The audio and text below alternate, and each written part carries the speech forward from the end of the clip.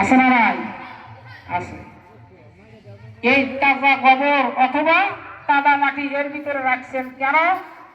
রাত্রের বুদবুদে অন্ধকারের মধ্যে যখন তার রুমটা অন্ধকার হয়ে যায়, আর এইদিকে বন জঙ্গলের পাশে দিয়া জোনাকি পোকা পিছন সাইডে লাইট জ্বেলে রওনা দেয়, ওই সময় সময় একটাকে ধরে নিয়া মাথাটা ক্যাপের ভিতরে ঢুকায় দিলে পিছন সাইডে লাইট জ্বলতে থাকে, তার বিহীন কারেন্টের বাতি। কথা কম ঠিক কিনা?